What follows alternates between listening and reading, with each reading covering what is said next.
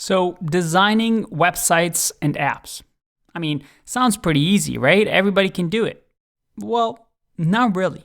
Because when you first think about design, most people don't consider all the things that go into designing a beautiful product. Because when we talk about design, there's actually 4 key elements to designing, and specifically for web and mobile designers. The first part is graphic design. This is the idea of using colors, color theory, layout, typography, sketching, using fonts, imagery. It's the idea of telling a story to convey a specific feeling or to target a specific audience. Graphic design is all about the visuals, but just knowing graphic design isn't enough. The next part is this idea of user experience or UX. Because to be a good web and mobile designer, you need to study user experience and user interface design. So what is that? It's the art and science of designing products that provide users with the best possible experience.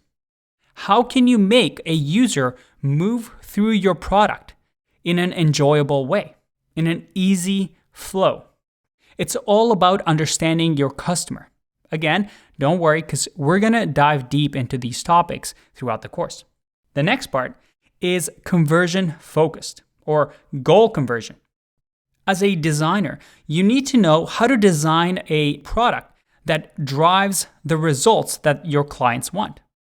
For example, Bruno hired you because he wants to be successful with his product. So you need to design something that increases this conversions. Conversions meaning that a user takes a desired action. So your job is to motivate the visitors of your mobile app or a web app to take that desired action. Maybe sign up for a mailing list or buy a product. And there's a science to goal conversion. And then finally, we've talked about this, but it's this idea of platform development, whether it's on mobile or web.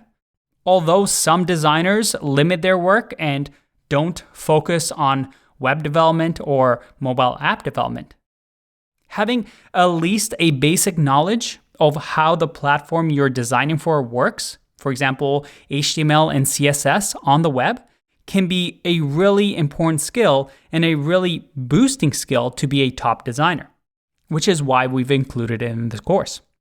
Now, these are the 4 main things that you need to learn and we're going to learn to be a top designer. Throughout all of these, and something that we keep mentioning is this idea that you'll also need to be good at client and project management, but we'll get to that later in the course. Now, throughout the course, we're going to use all modern tools that top designers are using right now, but we're also going to link to some resources that you can use to help along your journey. Now, we've already checked out the zerotomastery.io resources page where we have a bunch of resources that you can use, but here are some of my favorite ones that I recommend you check out. The first one is goodui.org, and this is great for that goal conversion that I was talking about. It actually tells you how you can improve your conversion on your designs by showing you A/B tests. So for example, Amazon discovers that showing structured product detail is better. So it actually shows you which design or which layout is better. So they have a ton of these that they constantly post, so you can learn about good patterns, good UI practices that you can use for your website. The next one is awards.com. And this is great to get design inspirations. And you can even search for inspirations like different colors or different topics and get ideas for designs that you may want to use.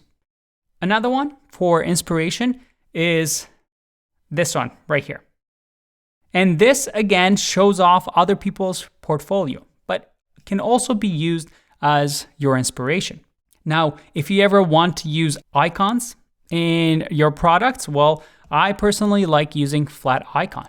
But if you're looking for a free version, there's also things like the Noun project that give you beautiful icons that you can use.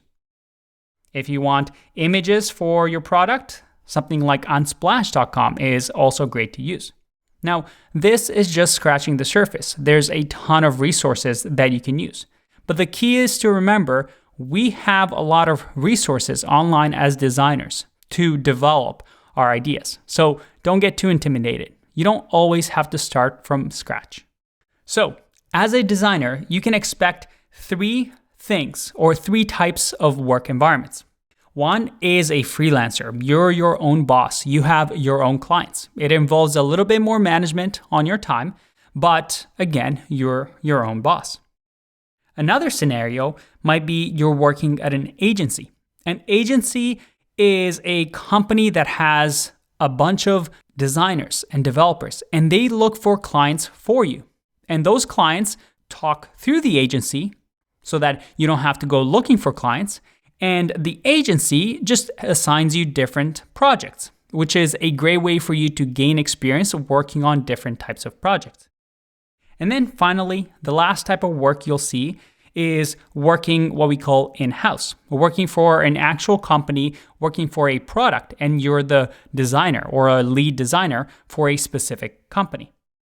As you can see, the world of a designer is vast. There's lots to learn, but there's also lots of opportunities, which is why you're taking this course. So enough jabber. It's time for us to get started. Moving forward, Daniel's going to show you the step-by-step process that we're going to take on this course, but also for all your future projects. Remember, the flow of the course is simple. We start with a client, and then we end with a portfolio for you to use on future projects, plus the system in place for you to use moving forward for all future projects. All right, let's get started.